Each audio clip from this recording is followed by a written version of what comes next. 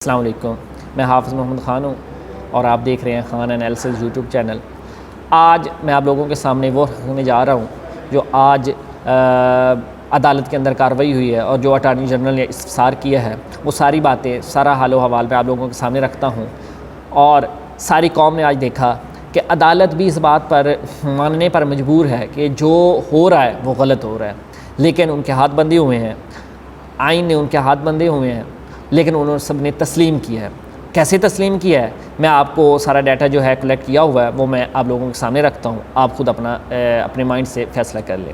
پہلا نکات، عدالت نے یہ کہا کہ پارٹی ڈسپلن کی پابندی لازمی بنانے کے لیے آرٹیکل 63A لایا گیا۔ مطلب جب یہ 63A آرٹیکل آیا تو بیسیکلی اسی وجہ سے آیا تھا کہ یہ جو پارٹی ڈسپلن ہے اس کی خلاف ورزی نہ ہو، جیسا پارٹی کہے اس اراکین اسمبلی کو اس پارٹی کے پیچھے چلنا لازم ہوگا۔ مطلب جو پارٹی ڈسپلن ہوگا، جو پارٹی کی مرضی ہوگی، تو مطلب جو پارٹی چاہتی ہوگی ویسے ہی کرنا چاہیے اور اس کی خلاف ورزی نہیں ہونی چاہیے، یہ چیف جسٹس نے کہا۔ اس نے کہا کہ یہ آرٹیکل اسی وجہ سے لایا گیا۔ اچھا جی، اب لے تو آئے، لانے کے بعد اب اس 63A جو آرٹیکل ہے کیا وہ بچا رہا ہے، کسی گورنمنٹ کو بچا رہا ہے یا تحفظ دے رہا ہے، یا پھر ایک شو پیس کی طرح ہی ہے وہ جسٹ؟ مطلب ایک بندہ ہے وہ اگر آئے ووٹ ڈال دے، گورنمنٹ گرا دے، اس کے بعد اس کو نکالا جائے۔ مطلب یہ پھر جو یہ قانون بنایا گیا ہے یہ تو ایک شو پیس ہی رہ گیا اور اس کا کارآمد یا مطلب ایک طرح کا صحیح استعمال نہیں ہو پا رہا۔ بیسیکلی ساری عدالت اور اٹارنی جنرل اور پوری قوم اور پوری گورنمنٹ اسی بات کے اوپر اٹکی ہوئی ہے کہ اب اس کے اوپر کیا حل نکالا جائے۔ اچھا جی، دوسری بات، 4 موقعوں پر اراکین اسمبلی پر ڈسپلن پابندی لازمی۔ اب یہ 63A آرٹیکل کے اندر صاف لکھا گیا ہے کہ 4 ایسے موقع ہیں جہاں پہ پارٹی ڈسپلن کا ساتھ دینا ضروری ہے۔ اگر کوئی اس 4 موقع کے اوپر پارٹی ڈسپلن کا ساتھ نہیں دے گا وہ ڈی سیٹ ہو جائے گا، اسے اپنی سیٹ سے ہاتھ دھونا پڑے گا۔ تو یہ چیز افسر نے کہا، مطلب یہ بات ٹھیک ہے کہ 4 موقع کے اوپر اس کا ساتھ دینا چاہیے۔ فار ایگزامپل اس طرح عدم اعتماد جو ہے، کانفیڈنس کا ووٹ، اس پر ساتھ دینا چاہیے۔ اسی طرح جب یہ مطلب کوئی بھی بل پاس کرنا ہو کسی قسم کا، خاص طرح فائنینشلی جو بل ہے وہ پارلیمنٹ میں پاس کرنا ہو تو اس وقت ساتھ دینا چاہیے۔ جب یہ اجلاس بلایا جائے کسی اہم موقع پر تو اس وقت پارٹی اراکین کو آنا چاہیے اسمبلی کے اندر اپنی پارٹی کے پیچھے۔ مطلب یہ مختلف قسم کے 4 موقع ہیں جہاں پہ یہ لازمی ہوتا ہے ارکان اسمبلی کو آنا اور پارٹی کی بات ماننا۔ اچھا، یہ تو چیف جسٹس بھی مان رہے ہیں۔ اچھا جی، لیکن ماننے کے باوجود جو مسئلے مسائل یہاں پہ آ رہے ہیں اس پوری قوم کے سامنے ہیں، اس کو عدالت مان تو رہی ہے لیکن وہ کہتی ہے کہ ہم کیا کر سکتے ہیں۔ اچھا جی، اس کے بعد پھر چیف جسٹس نے کہا سیاسی اثر تو یہ ہے کہ رکن کو دوبارہ ٹکٹ نہیں ملے گا۔ ٹھیک ہے، مطلب ایک بندہ جو ہے وہ 2 نمبری کرے گا، برائی کے ساتھ جائے گا تو پھر اس کو ٹکٹ تو دوبارہ نہیں ملے گا اور ڈی سیٹ تو وہ ہو جائے گا۔ پھر آگے چیف جسٹس نے کہا کہ دوسری کشتی میں چھلانگ لگانے والے کو اپنی سیٹ سے ہاتھ دھونا پڑے گا۔ مطلب یہ ہے، مطلب چیف جسٹس نے کہا کہ اگر کوئی دوسری 2 کشتیوں کے اوپر سوار ہوگا تو پھر وہ ڈوبے گا تو ڈوبے گا ہی۔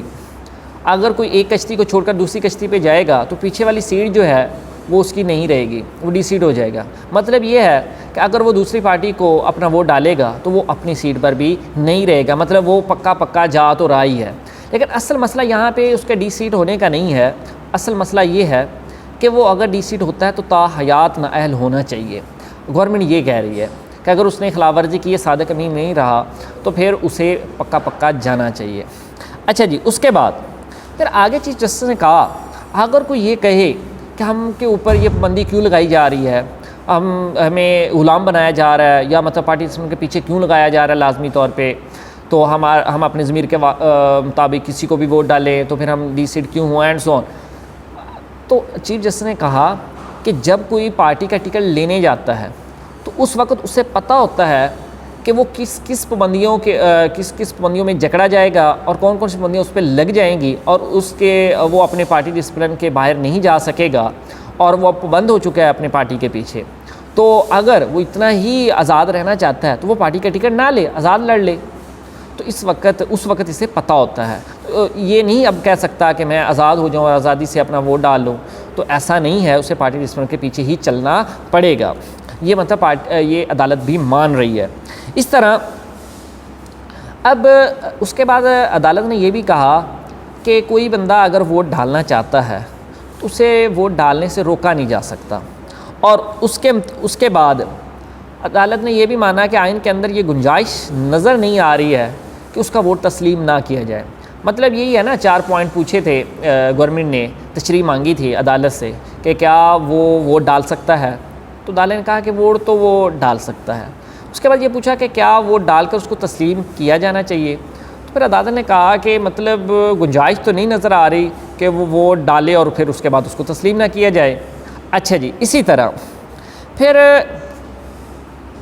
آگے عدالت نے یہ کہا، جب اٹارنی جنرل نے یہ استفسار کیا، کوشچن کیا عدالت سے کہ کیا جب وہ ڈی سیٹ ہو جائے گا تو وہ کتنے عرصے کے لیے ہوگا، مدت کیا ہوگی، تو جیسا کہ میں نے ابھی پہلے بھی بتایا کہ یہ گورنمنٹ یہ چاہ رہی ہے کہ یہ تا حیات نااہل ہو جائے، لیکن وہاں پہ تا حیات نااہل جو ہے واضح طور پہ لکھا ہوا نظر نہیں آ رہا آئین کے اندر، 63 آرٹیکل جو ہے، 63A جو آرٹیکل ہے اس کے اندر۔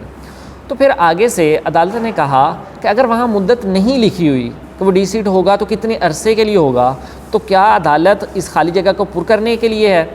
تو عدالت تو خالی جگہ پر کرنے کے لیے نہیں ہے، عدالت تو آئین کے پیچھے چلتی ہے، اور جو آئین میں لکھ دیا جائے وہ اسی کے اوپر فیصلہ سنا سکتی ہے۔ اگر وہاں پہ نہ لکھا ہو تو ہم فیصلہ کیسے سنائیں، اس خالی جگہ کو کیسے پر کریں، جہتو اس وقت خالی جگہ کو پر کرنا چاہیے تھا۔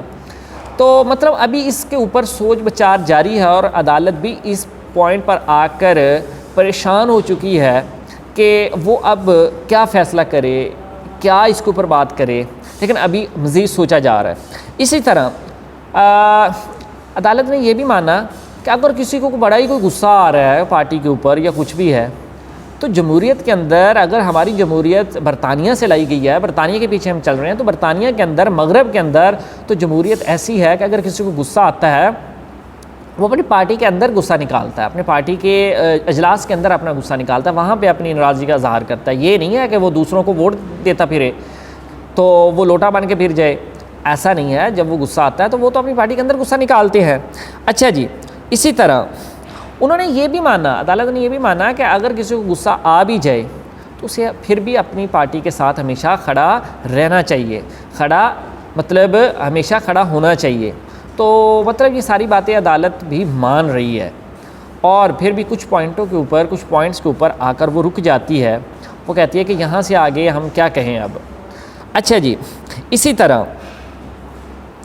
پھر اٹارنی جنرل پہ بھی ایک استفسار کیا اور ایک ایگزامپل دی، اور اٹارنی جنرل نے کیا ایگزامپل دی میں آپ لوگوں کے سامنے رکھ دیتا ہوں۔ اس نے کہا کہ کیا ایک بندہ جو ہے وہ ایک جہاز کے اوپر بیٹھ رہا ہے اور اس جہاز کو ڈبو رہا ہے، اور اس جہاز کو ڈبونے کے بعد وہ دوسرے چھلانگ لگا کر دوسرے جہاز کے اوپر چلا جائے اس کو ڈبونے کے لیے، تو کیا وہ دوسرے جہاز کے اندر جا سکتا ہے اپنے جہاز کو ڈبو کر؟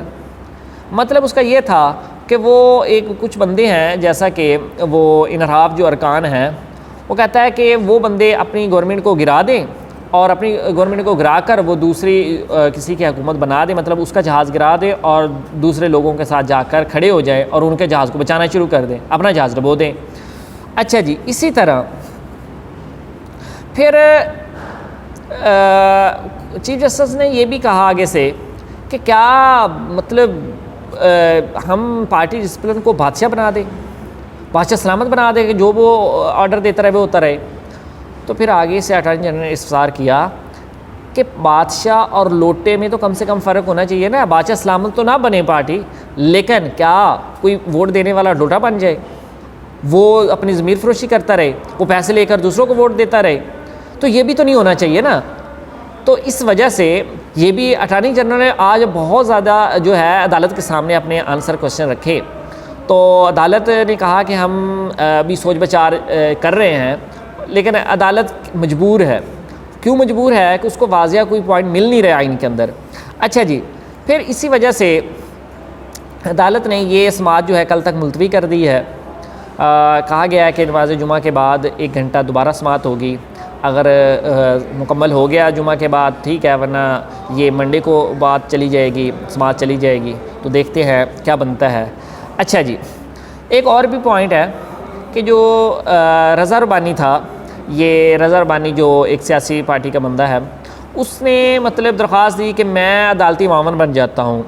عدالتی معاون مطلب اس تشریح میں عدالت کو جو ہے ہیلپ کرتا ہوں. تو عدالت نے اس کی اس استدعا کو، اس اپلیکیشن کو، اس ریکویسٹ کو جو ہے مسترد کر دیا، اور یہ کہتے ہوئے مسترد کیا ہے کہ آپ ایک سیاسی ورکر ہو، آپ ایک سیاسی پارٹی کے بندے ہو، تو ہم آپ کو کیسے رکھ سکتے ہیں؟ آپ ایک نیوٹرل بندے نہیں ہو، اس وجہ سے ہم آپ کی یہ جو استدعا ہے اس کو مسترد کرتے ہیں. اچھا جی، اب ان ساری باتوں کے بعد بہت سی چیزیں جو تھی اٹارنی جنرل نے بھی عدالت کے سامنے رکھی، ان میں سے بھی میں کچھ چیزیں آپ کو بتا دیتا ہوں. سب سے پہلی بات اس نے یہ کی اٹارنی جنرل نے کہ کیا 2 جہازوں کے اوپر اگر ایک بندہ سوار ہو رہا ہے، ایک جہاز کو ڈبو کر دوسرے جہاز میں چلا جاتا ہے، تو جس جہاز کو ڈبویا ہے تو کیا اسے ڈبو دینا چاہیے؟ دوسرا کوشچن اس نے یہ بھی کیا کہ کیا ہر بندے کو اپنی 1.5 اینٹ کی مسجد بنا لینی چاہیے؟ ایک بندہ اپنی 1.5 اینٹ کی مسجد بنا کر پھر رہا ہے، دوسرا بندہ اپنے 1.5 اینٹ کی مسجد بنا کے پھر رہا ہے، ملک جائے پہاڑ میں، ملک کا سارا امن و امان داؤ پہ لگا ہوا ہے ان چند لوگوں کی وجہ سے جو پارٹیزم کے خلاف جا رہے ہیں، اپنی علیحدہ 1.5 اینٹ کی مسجد بنا کے پھر رہے ہیں. اچھا، اسی طرح پھر اٹارنی جنرل نے یہ بھی کوشچن کیا کہ یہ جو انحراف ارکان ہیں کیا ان کو تا حیات نااہلی ہوگی؟ یہ بھی مطلب اگر کوئی بندہ صادق امین نہیں رہا تو بس اس کو فارغ کریں، اس کو نکالیں، اس کو سیاست سے باہر نکالیں، اس کا سیاست سے کام ہی نہیں ہے، لینا دینا. وہ تو لوٹا ہے، وہ تو پیسے لے کر ادھر ادھر گھومتا پھرتا ہے، تو اس کو کیا ضرورت ہے کہ وہ پاکستان کی پارلیمنٹ میں اتنی مقدس جگہ پہ پہنچ جائے. اچھا جی، اسی طرح اٹارنی جنرل نے یہ بھی استفسار کیا، یہ بھی کوشچن کیا عدالت سے کہ کیا جو ڈی سیٹ مطلب جو لوٹا بن جاتا ہے، جو ضمیر فروشی کر لیتا ہے، جو ووٹ کسی دوسرے کو ڈال دیتا ہے، جو پارٹی ڈسپلن کے خلاف چلا جاتا ہے، تو کیا اس کو انعام ملنا چاہیے؟ اس کو پھولوں کے ہار ڈالنے چاہیے؟ تو اس طرح مطلب اٹارنی جنرل بڑے غصے میں نظر آئے اور اس نے صاف واضح کیا کہ اگر وہ قانون کچھ بھی نہیں اس کے اوپر کر رہا تو کیا کریں، ہم ان کو انعام اب دے دیں. تو اٹارنی جنرل نے ایک اور بہت مزیدار کوشچن کیا جو مجھے بہت اچھا لگا.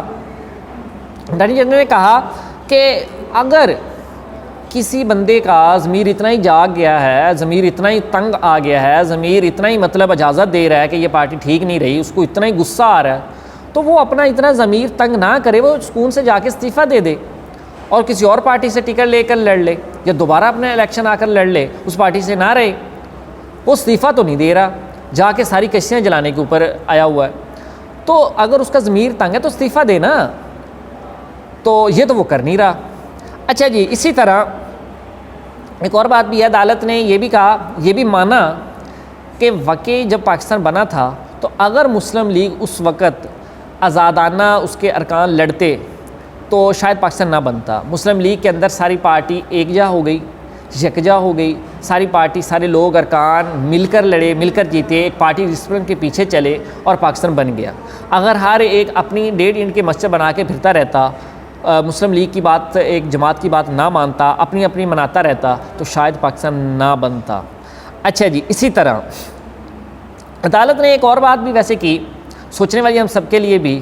عدالت نے کہا کہ تمام جتنے بھی ارکان اسمبلی ہیں کسی بھی پارٹی کے، اس کو اپنی پارٹی ڈسپلن کے پیچھے چلنا چاہیے تاکہ جمہوری اقتدار جو ہے وہ بحال رہے. ہر بندے کو جمہوری اقتدار کا خیال رکھنا چاہیے.